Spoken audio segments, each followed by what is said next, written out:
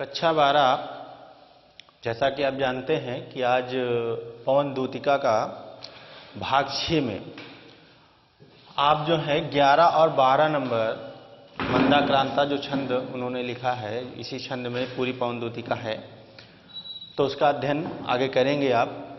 इससे पहले आप 10 मंदाक्रांता छंद पढ़ चुके हैं, उनका अर्थ जान चुके हैं, और जो काव्य सौंदर्य में के जो तत्व होते हैं उनसे भी प्रश्न पूछा जा सकता है कि इसमें क्या अलंकार है और क्या इसकी भाषा है, इसमें रस कौन सा है, तो ये भी पूछे जाते हैं। तो इसलिए आपको समय समय पर ये भी चीज़ें छंद के अंतर्गत बता दी जाती हैं। अब हम 11 नंबर पढ़ेंगे और इसका अर्थ जानने का प्रयास करेंगे। देखें कि आगे जो है पवन को जो दूत बनाया है राधा जी ने, तो उसको वो मथुरा में भगवान श्री कृष्ण चले गए थे, तो उनको संदेश भेजने के लिए वो पवन को कहती हैं कि तुम ये जाकर कह देना। मार्ग अभी तक उन्होंने बताया, रास्ते में क्या क्या पड़ेगा और कैसे तुमको रहना है, क्या करना है। अब जो है वो परिचय बता दे, क्योंकि पवन जो है वो श्री कृष्ण भगवान को जानती तो है नहीं, नया दूत है, उसको पहचान नहीं है। तो पहचान बता रही हैं कि जब तुम वहां पहुंचोगी तो भाई मथुरा में एक आदमी तो नहीं होगा, बहुत सारे आदमी होंगे, बहुत सी इंसान होंगे, तो उसमें से वो श्री कृष्ण भगवान कौन से हैं उनके विषय में थोड़ा सा परिचय देंगी ये। तो पवन से आगे बताती हुई कह रही हैं कि हे पवन, तू देखेगी जलद तन को, जा वहीं तदगता हो। तो जा वहीं, वहीं कहां? मथुरा में। तदगता, उसी गति वाली हो जाएगी, यानी जब तुम मथुरा पहुंचोगी तो मथुरा के वातावरण में ढलकर तुम भी वैसी ही हो जाओगी। वही तदगता हो का मतलब है जब तुम मथुरा पहुंचोगी तो मथुरा पहुंचने के पश्चात वहां का जो वातावरण है उसके साथ तुम्हारी साम्यता हो जाएगी, या उसी में तुम तदगत हो जाओगी, या कह सकते हैं कि जैसा वातावरण है उसी के अनुसार तुम ढल जाओगी। और जब वहां तुम पहुंचोगी उसी के स्वरूप वाली हो जाओगी, वैसे ही वातावरण में तुम ढल जाओगी, तो तू देखेगी जलद तन को। जलद तन यानी बादल के समान शरीर वाले। बादल, जलद माने बादल, तन माने शरीर। यहां रूपक अलंकार है। अगर आपसे पूछे जलद तन में कौन सा अलंकार है तो रूपक अलंकार है, सॉरी वो उपमा अलंकार है। तो जलद तन को, बादल के समान शरीर वाले श्री कृष्ण भगवान को तू देखेगी, यानी परिचय दे दिया कि वो उनका रंग कैसा होगा, वो किस प्रकार के दिख रहे होंगे। तो पहला परिचय दिया उन्होंने कि पहली बात तो ये कही कि जब तुम वहां पहुंचोगी तो मथुरा धाम में पहुंचने पर उसके वातावरण में ढल करके तुम उसी प्रकार हो जाओगी। तदगता होने का मतलब है वैसे ही बन जाओगी, और तुम वहां बादल के समान शरीर वाले श्री कृष्ण भगवान को देखोगी। और होंगे लोने नयन उनके। लोने नयन, लोने माने सुंदर, तो उनके नेत्र बहुत सुंदर होंगे, उनके नेत्र बहुत सुंदर होंगे। और ज्योति उत्कीर्णकारी, जिनसे प्रकाश फैल रहा होगा। उनके नेत्र कैसे होंगे? बड़े सुंदर। लोने होंगे मतलब बड़े सुंदर नेत्रों वाले हैं, और उन नेत्रों से प्रकाश फैल रहा होगा। ज्योति उत्कीर्णकारी, ज्योति जो है उत्कीर्ण हो रही होगी, प्रकाश जो है फैल रहा होगा। और क्या कह रहे हैं कि मुद्रा होगी वर वदन की, मूर्ति सी सौम्यता की। मुद्रा होगी, मुद्रा माने भावभंगिमा, मुद्रा माने भावभंगिमा। वर वदन की यानी श्रेष्ठ मुख की। तो उनके श्रेष्ठ मुख की जो मुद्रा है वह किसी सुंदर मूर्ति की सौम्यता के समान तुम्हें प्रतीत होगी। उनके श्रेष्ठ मुख की जो मुद्रा है, जो बनावट है, जो भावभंगिमा है, वह किसी सुंदर मूर्ति की सौम्यता के समान तुम्हें दिखाई देगी। तो यहां भी उपमा अलंकार है। सीधे सादे वचन उनके सिक्त होंगे सुधा से।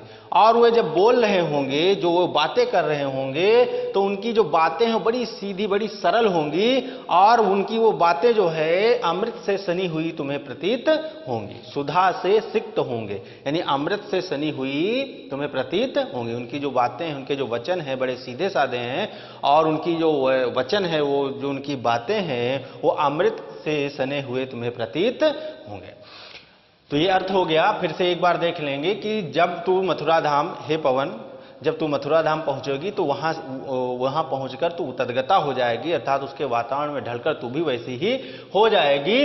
और वहां पर पहुंचकर तू बादल के समान काले शरीर वाले श्री कृष्ण भगवान को देखेगी, और उनके जो श्री कृष्ण भगवान, उनके नेत्र बड़े सुंदर हैं, उन नेत्रों से वो नेत्र जो है प्रकाश बिखेर रहे होंगे, और उनके श्रेष्ठ मुख की जो भाव भंगिमा है, जो मुद्रा है, वो किसी सुंदर मूर्ति की सौम्यता के समान दिखाई देगी, और उनके जो सीधे साधे वचन हैं वो अमृत से सने हुए तुझे प्रतीत होंगे।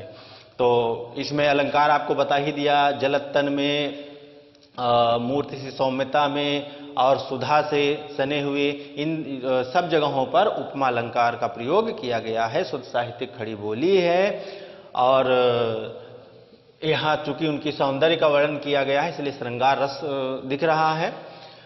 आगे देखेंगे हम 12 नंबर।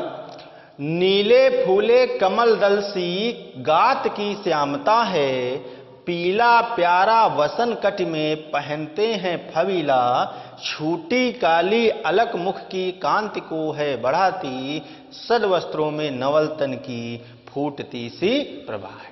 तो यहां भी उपमा अलंकार का प्रयोग किया है उन्होंने। कह रहे हैं, आगे उसका परिचय देती हुई कह रही हैं कि नीले फूले कमल दल सी गात की श्यामता है। नीले फूले, फूले माने विकसित, फूले माने विकसित। तो कह रही हैं कि भगवान श्री कृष्ण जो हैं, उनके नीले नीले खिले हुए कमल दल के समूह की समान उनके शरीर की श्यामता है, या वो उनका शरीर जो है उसी प्रकार का दिखता है। यानी जो नीले रंग का कमल होता है, नीले रंग के जो कमल हैं, उन कमल समूहों की जैसी श्यामता होती है, जैसे वो सांवले होते हैं, और सांवलेपन में जितने सुंदर दिखते हैं, उतने ही सुंदर भगवान श्री कृष्ण दिख रहे होंगे। तो कहा कि नीले विकसित कमल समूह के समान उनके शरीर की श्यामता है, या उनके शरीर का सांवलापन है। पीला प्यारा वसन कट में पहनते हैं फवीला, और कहा पीला प्यारा वसन, वसन माने वस्त्र, और वो जो है अपने कट में, अपने कमर में पीले रंग का प्यारा या बड़ा ही सुंदर वसन या वस्त्र पहनते हैं, जो उन पर बड़ा फबीला लगता है, बड़ा जच रहा होगा, बड़ा अच्छा लग रहा होगा। और छोटी काली अलग मुख की कांति को है बढ़ाती, और उनके बालों से एक लट उनके गाल पर आ रही होगी, लटक रही होगी। तो उसी के लिए कहा कि छूटी काली अलग, काली अलग, अलग माने लट, अलग माने लट, काली माने काली, भाई बाल काले होते ही हैं।